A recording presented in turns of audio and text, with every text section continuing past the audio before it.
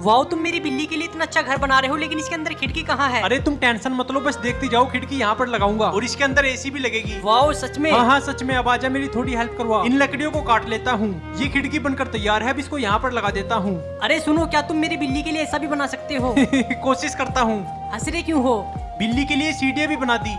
अरे देखो ना, इन लोगों ने अब तक वीडियो को लाइक और चैनल को सब्सक्राइब नहीं किया। ये लोग लाइक करना भूल क्यों जाते हैं? कोई बात नहीं, शायद इनको घर पसंद नहीं आया। तुमने तो बहुत मेहनत की है घर बनाने में, फिर भी पसंद नहीं आया। अब इस लकड़ी के ऊपर ये लगा देता हूँ और ये बनकर तैयार है। अब इसके ऊपर कलर कर देता हूँ और कांच लगा देता हूँ। इस कांच को यहाँ पर लगा देता हूँ और नीचे भी लगा दूंगा। अब इसके अंदर बिल्ली का खाना भी डाल देता हूँ। जाओ मेरी प्यारी बिल्ली, अपने घर के अंदर जाओ। अरे ये अंदर क्यों ना जा रही? शायद ये अपने नए घर को देखकर शर्मा रही है।